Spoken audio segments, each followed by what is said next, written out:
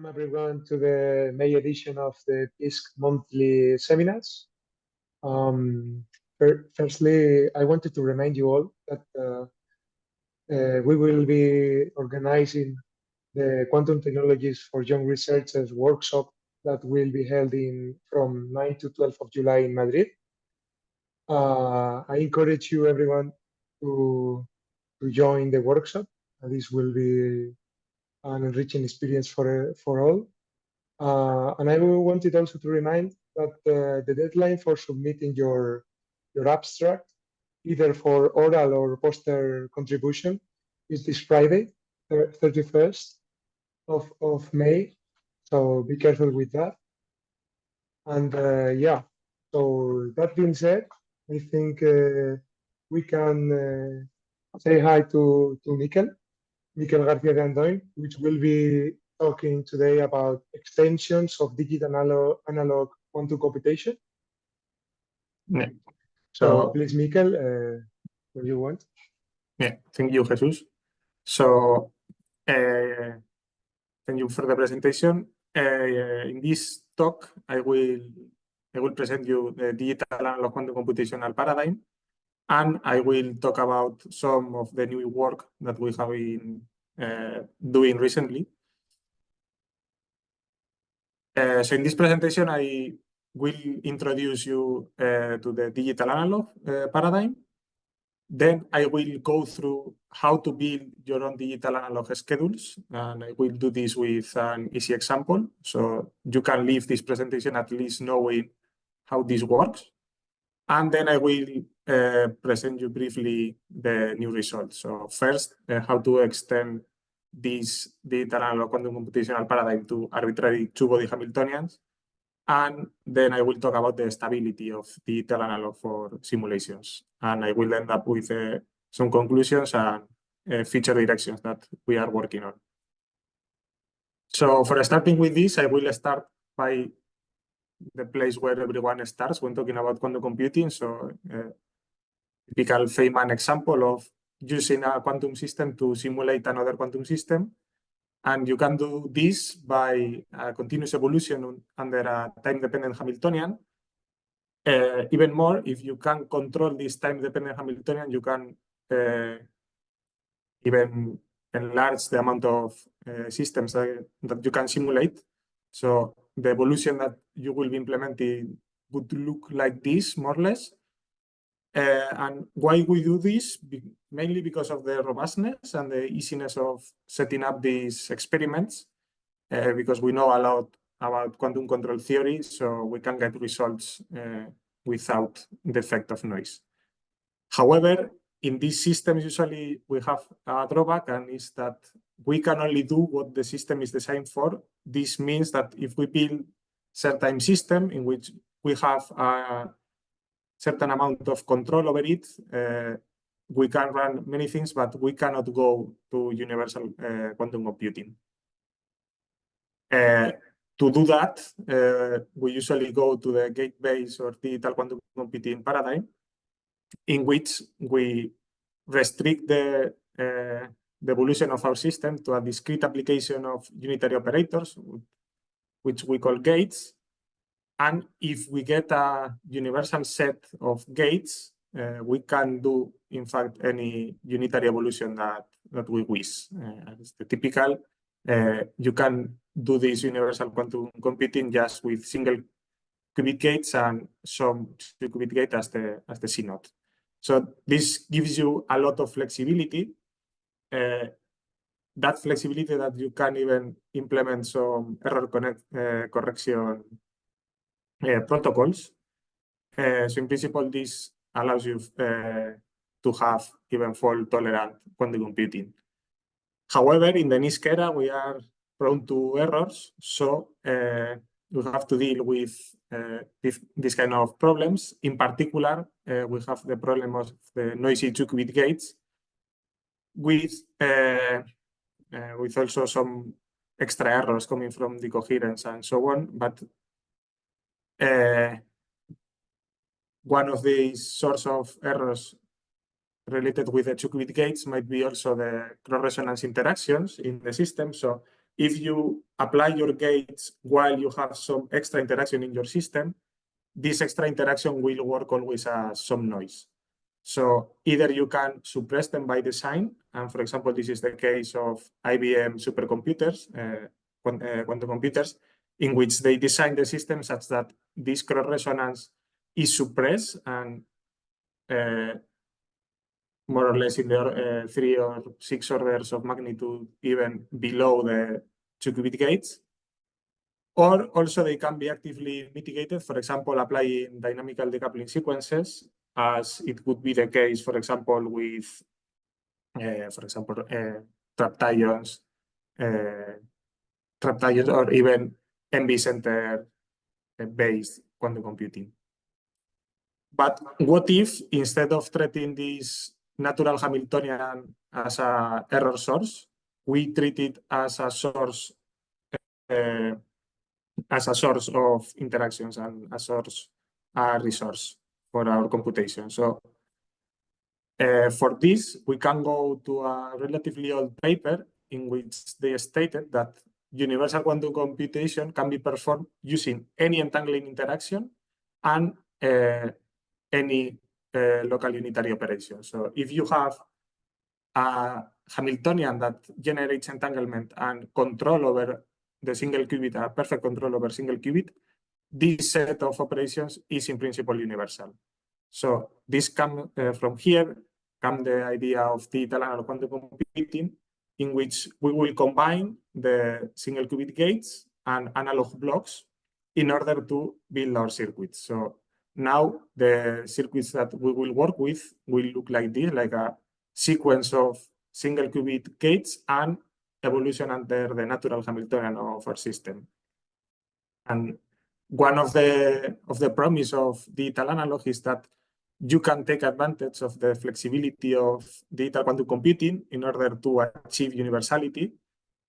So digital analog in principle allows also for error correction protocols, while maintaining the robustness against noise given by the analog quantum computing part.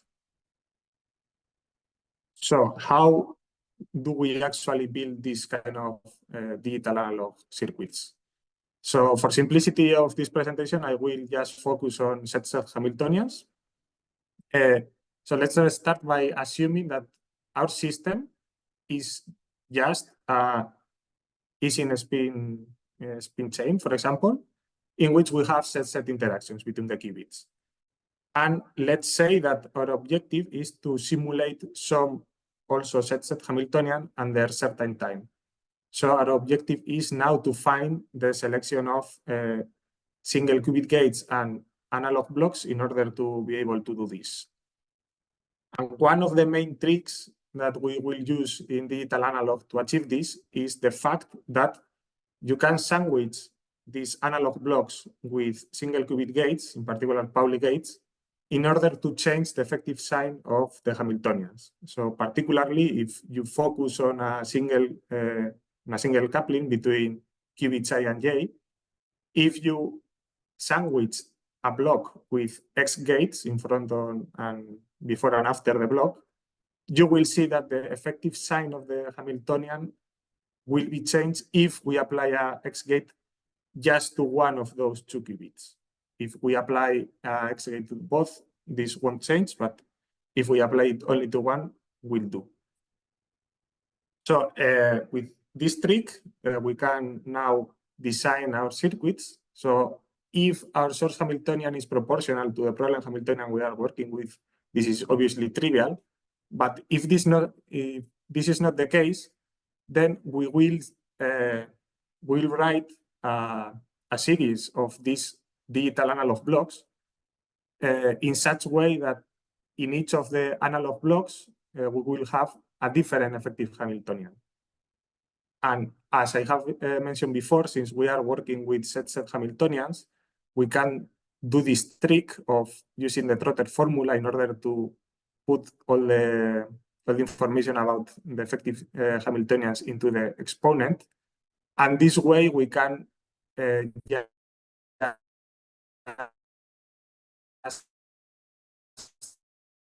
just make a equation for of the unitary that we want to implement and make it making an equation with the exponent of the right hand side.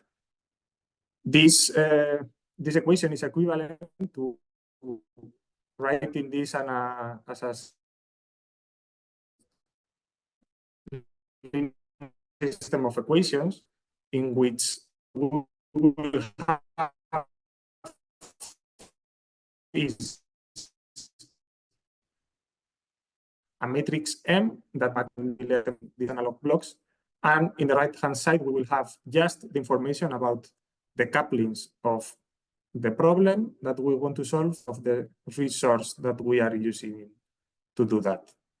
So instead of working in this abstract way, let's see a very particular example. So let's say we want to simulate a set is in Hamiltonian for 3 qubits. As we see here, it's just a triangle with some coupling constant for the problem Hamiltonian, and we want to simulate this Hamiltonian for a time t equals 1, and for that we will use a resource Hamiltonian. So we will have designed a system in which the effective Hamiltonian there looks like this. And now we want to actually calculate the single qubit gates and the timings of the analog blocks to do this. So as I said before, if we sandwich an analog blocks, for example, with an X gate applied to the third qubit, couplings connected to the third qubit. As we see here, we change the sign only of the couplings. So we can run all the possible combinations of single qubit gates, and in the end, we will get this kind of matrix in which we have 4 options for the digital analog block. 1 digital analog block in which we do nothing, and then digital analog blocks in which we sandwich each block with just a single X gate. So here we apply X gate to the first qubit, to the second qubit, and to the third qubit. So now finding the times for the analog blocks just consists in solving this linear system of equation, which is very simple. However, you might notice that we have 4 independent variables, but only 3 equations. So this means that we have an infinite amount of solutions.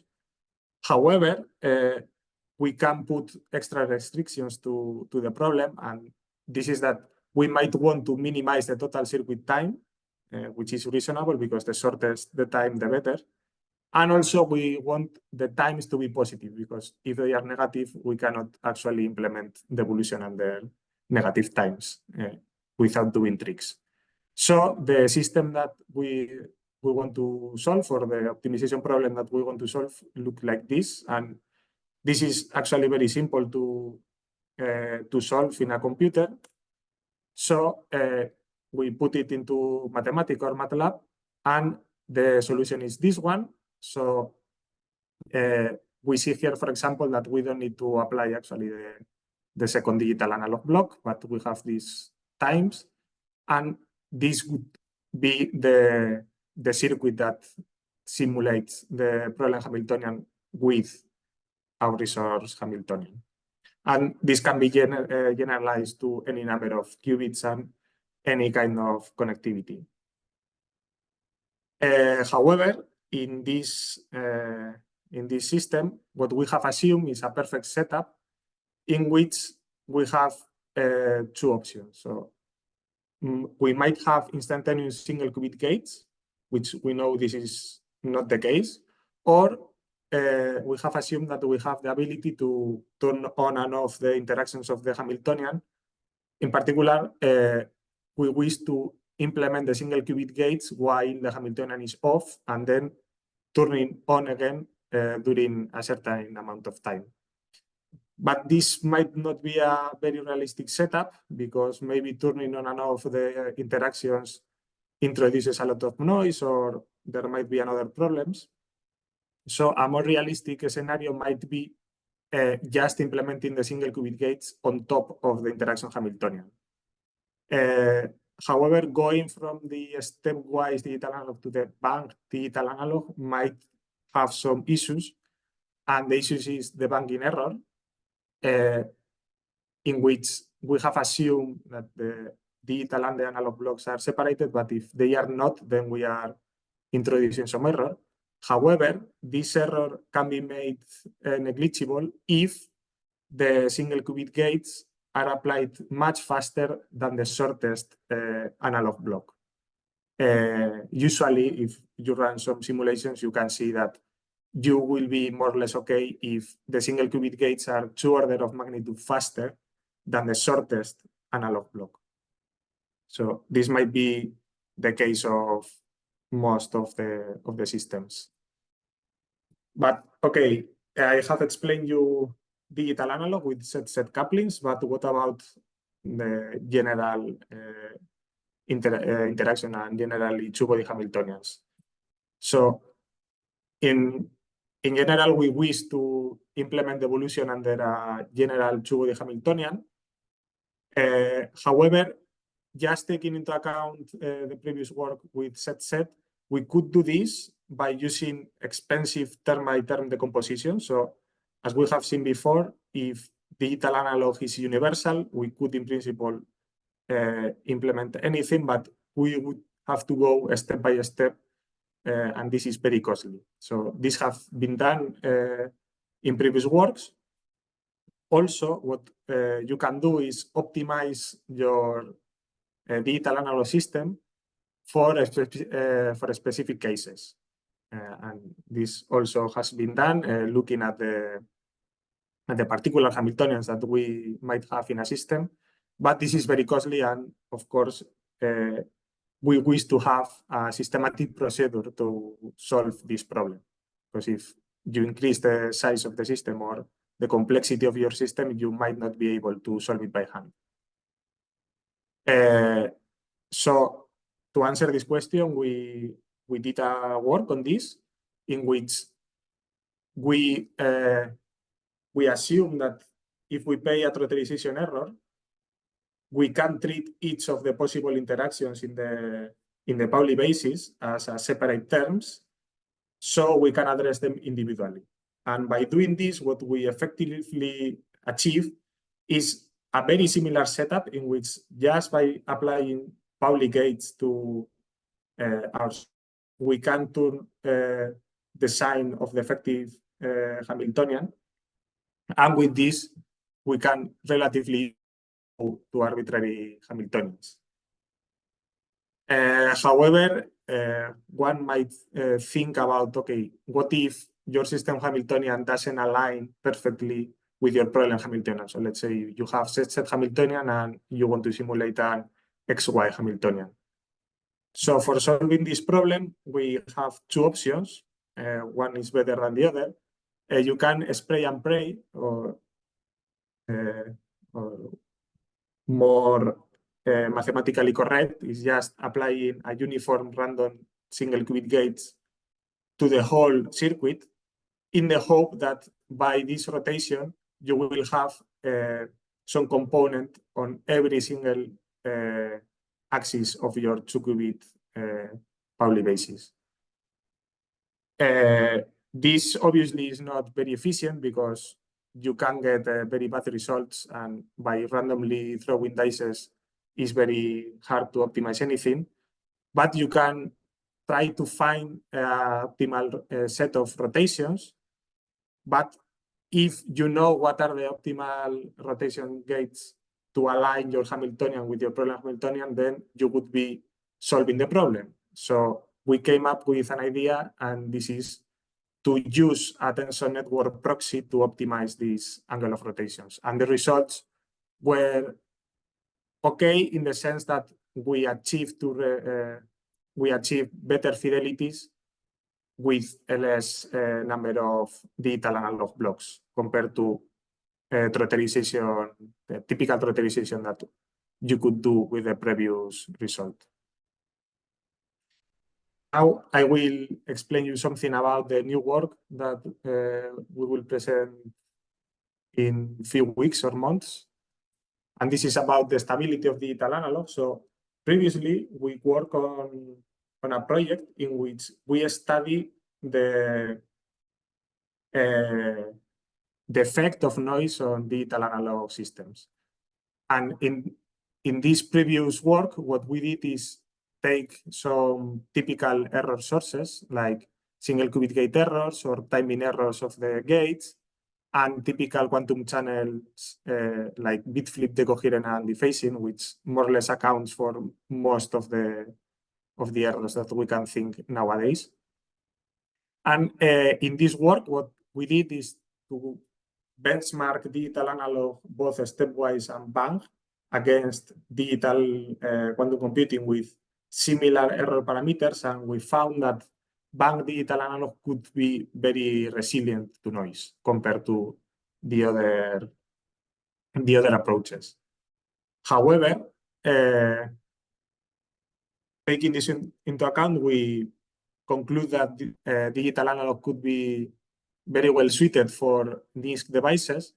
But now we were interested in thinking about, okay, what if we extend this digital analog to an arbitrary number of qubits and we scale the system up to, for example, thousands of qubits? So could we do that?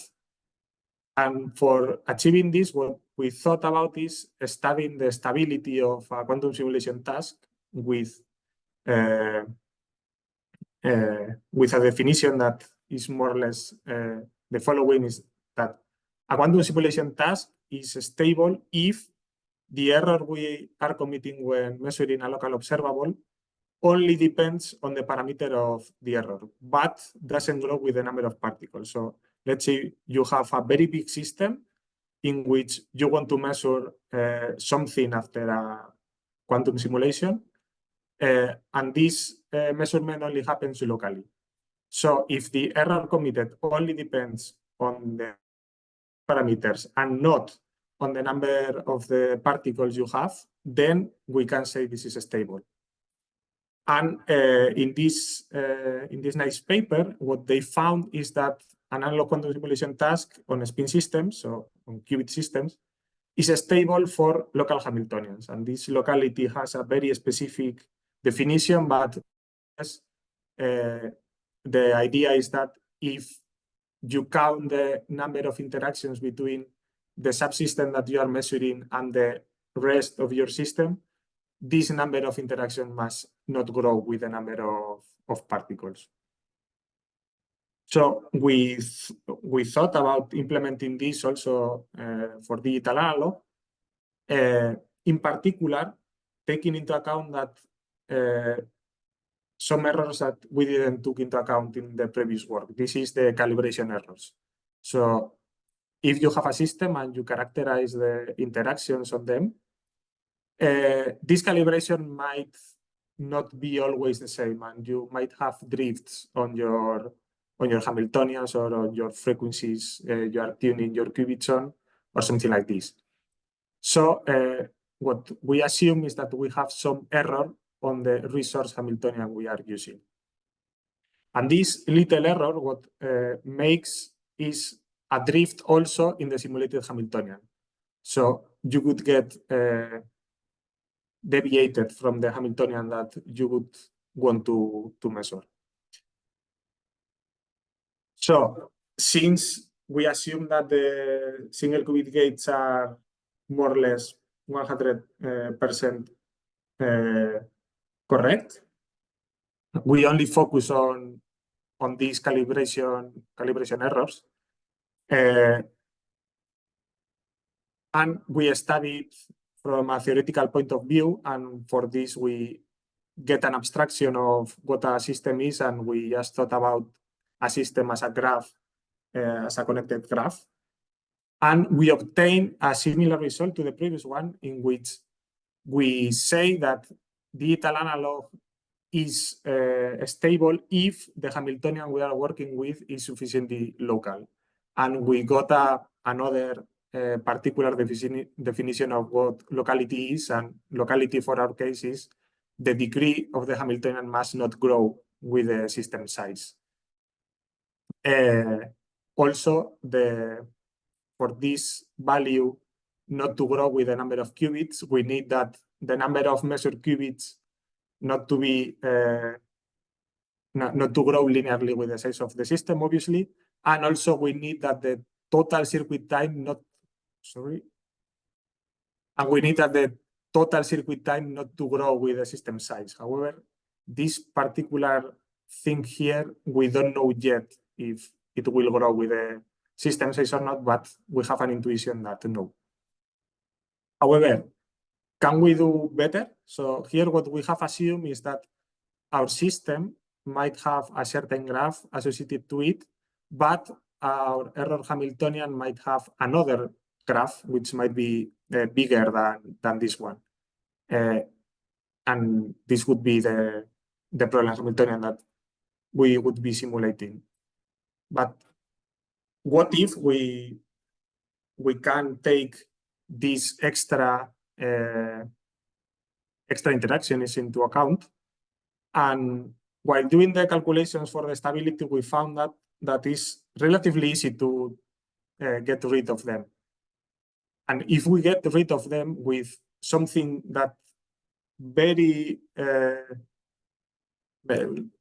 like from very far away resembles to dynamical decoupling sequences, we can actually take those out of the equation. And how we do this? So imagine we have a system Hamiltonian in which now we only have so the 3 qubits, but only 2 interactions. And this red part corresponds to the calibration error we haven't took into account. So in previous work, what we have always done is try to minimize the time for the circuit. And to do this, one could take away all the couplings that are 0 from the system. So in this case, you see that we have to solve a linear system of 2 equations with 4 independent variables. So this would be we have 2 degrees of freedom, and we would get an optimal time for the simulation. However, if we actually say to the optimizer that we want this particular interaction to be simulated as a 0 interaction, so we take these non-existent couplings and equalize it to 0, solving this system will minimize the errors coming from this non-existent or previously non-taken into account interactions. So more or less, this is the end of the presentation, and just a few remarks and some take-home messages. So digital analog is a universal quantum computing paradigm. And as any universal quantum computing paradigm, you can actually implement error correction there. So it's suitable for fault tolerance quantum computing. Why use digital analog? Because digital analog only uses single qubit gates, which make it more noise resilient than digital quantum computing in general. And also with these tricks of using the natural interaction of the system and solving this linear system of equations, we can even make faster circuits compared to digital systems. And what are now the next steps? So first of all, we have to find these bounds for the total circuit time, which we don't have, but this is a very mathematical question.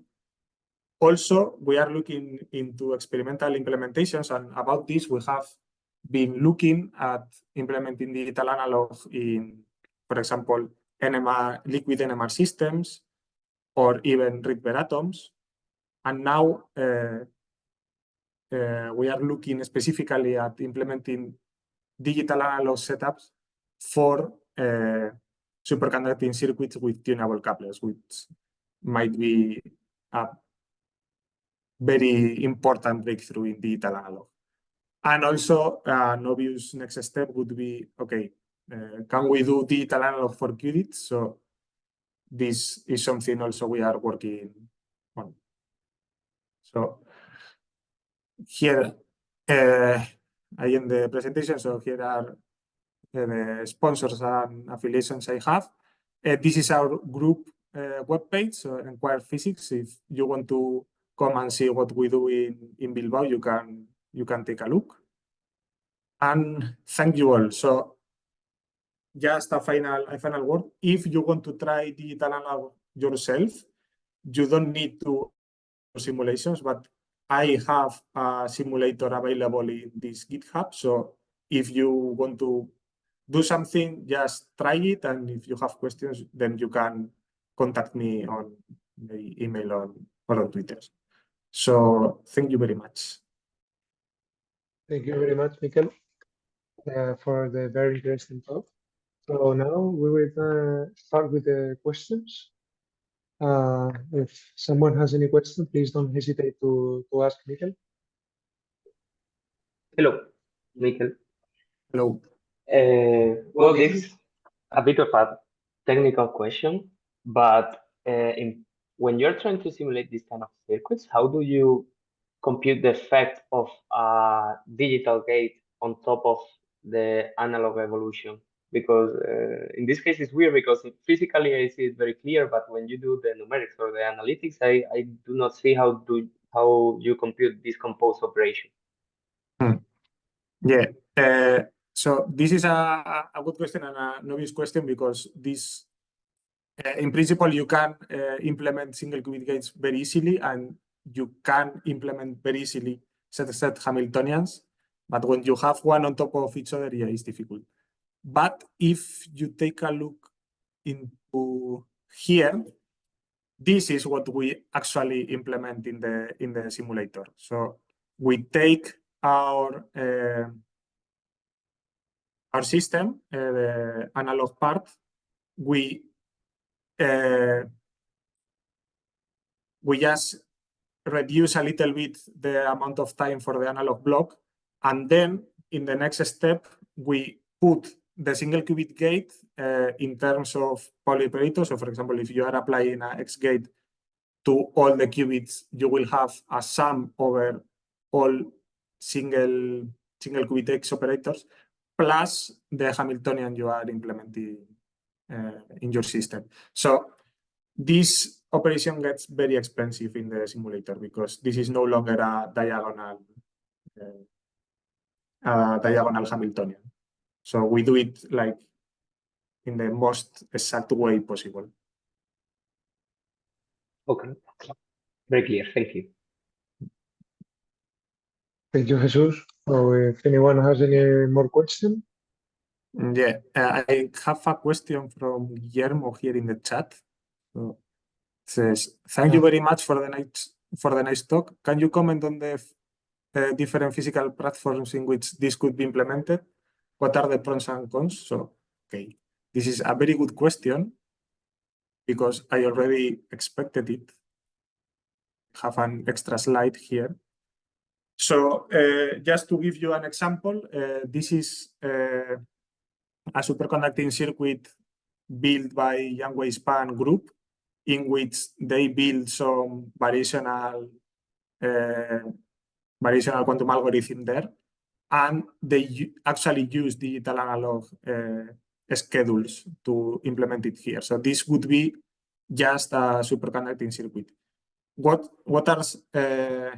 are the problems of superconducting circuits? That usually, if you want to have fast single qubit gates, that would be around 2 nanoseconds or so, you would need long analog blocks.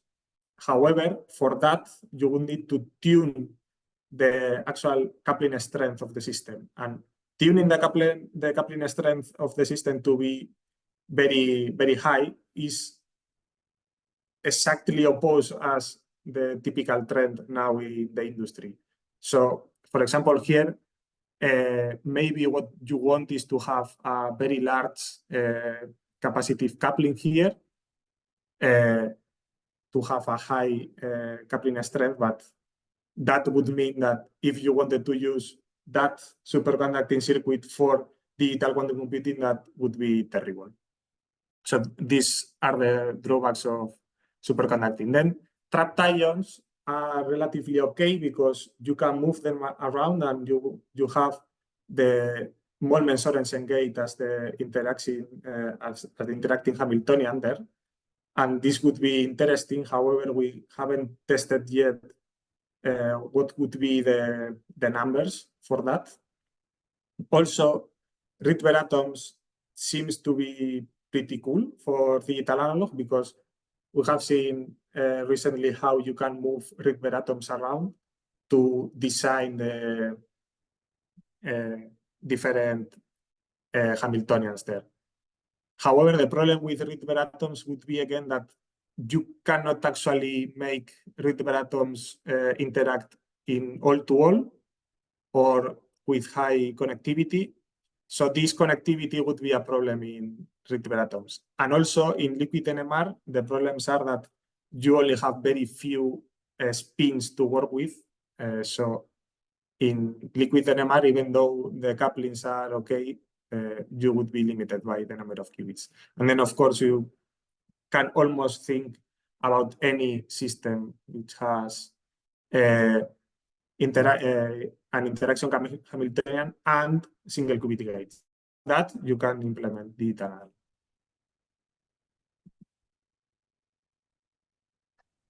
Great. Okay, Guillermo, thank you for the answer. So, thank you, Mikel. Maybe there's some last questions. Let's wait a while.